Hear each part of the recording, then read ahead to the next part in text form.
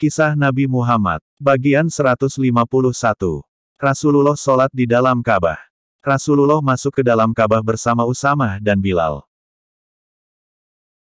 Setelah Rasulullah menutup pintu Ka'bah, Rasulullah berdiri membelakangi pintu Ka'bah. Rasulullah melangkah ke depan 3 hasta kemudian Rasulullah berhenti, sehingga 2 tiang berada sebelah kirinya dan 1 tiang berada di sebelah kanan. Rasulullah. Di belakang Rasulullah ada 3 tiang, karena Al-Haram pada waktu itu didirikan atas 6 batang tiang. Kemudian Rasulullah sholat di situ. Setelah selesai sholat Rasulullah berjalan-jalan di dalam Ka'bah, bertakbir di setiap sudutnya, lalu menyebut kalimat tauhid, kemudian Rasulullah membuka pintu, ketika itu masyarakat Quraisy sudah memenuhi ruang masjid bersaf-saf. Menunggu apa yang akan disampaikan oleh Rasulullah kepada mereka. Rasulullah memegang pintu Ka'bah, sedang masyarakat Quraisy menunggu di bawah. Rasulullah bersabda, "Tiada Tuhan melainkan Allah, tidak ada sekutu baginya, benar janjinya, membantu hambanya, mengalahkan golongan Ahzab. Ingatlah setiap warisan lama, setiap warisan jahiliyah serta harta benda atau darah, semuanya di bawah kakiku ini, kecuali penjaga Baitullah dan pemberi minum para jemaah haji.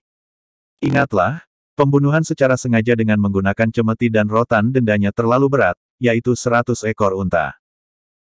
40 darinya dalam keadaan sedang mengandung.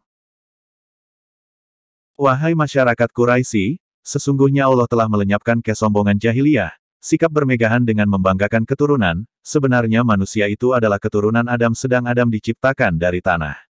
Kemudian Rasulullah membaca ayat Al-Quran. "Hai manusia!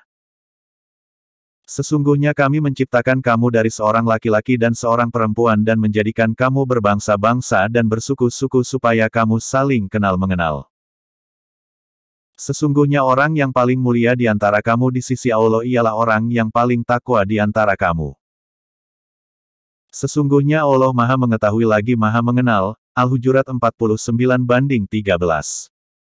Kemudian Rasulullah menyambung sabdanya, "Wahai kaum Quraisy, apa yang kamu pikirkan tentang apa yang akan aku lakukan terhadap kamu semua?" Jawab mereka, "Tentulah baik, karena saudara orang yang mulia.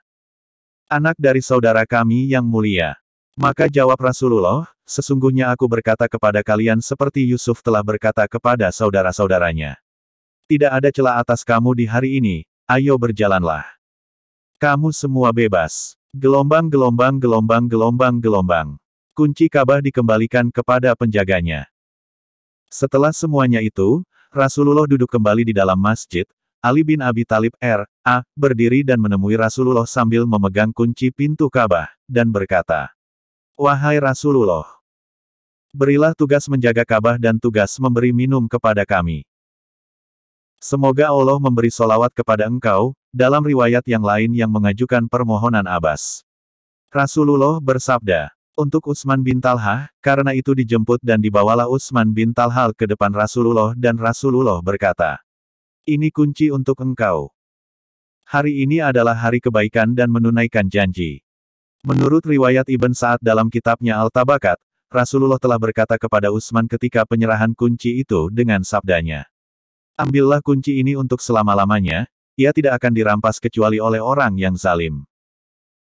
Sesungguhnya Allah telah meletakkan amanatnya kepada kamu. Dan makanlah segala sesuatu rezeki yang sampai kepadamu dari rumah Allah ini dengan ma'ruf." Gelombang gelombang gelombang gelombang gelombang.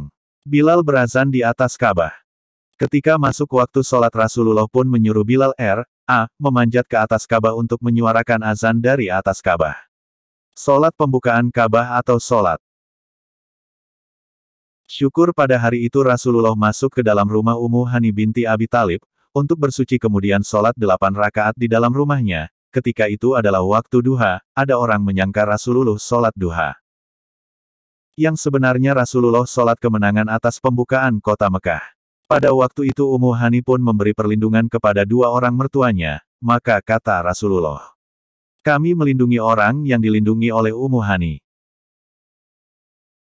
Sebelumnya saudaranya Ali bin Abi Thalib menuntut untuk membunuh mereka berdua, namun Ummu Hani telah menutup pintu rumahnya. Karena itulah maka Ummu Hani bertanya kepada Rasulullah dan Rasulullah pun memberi penegasan kepada Ummu Hani.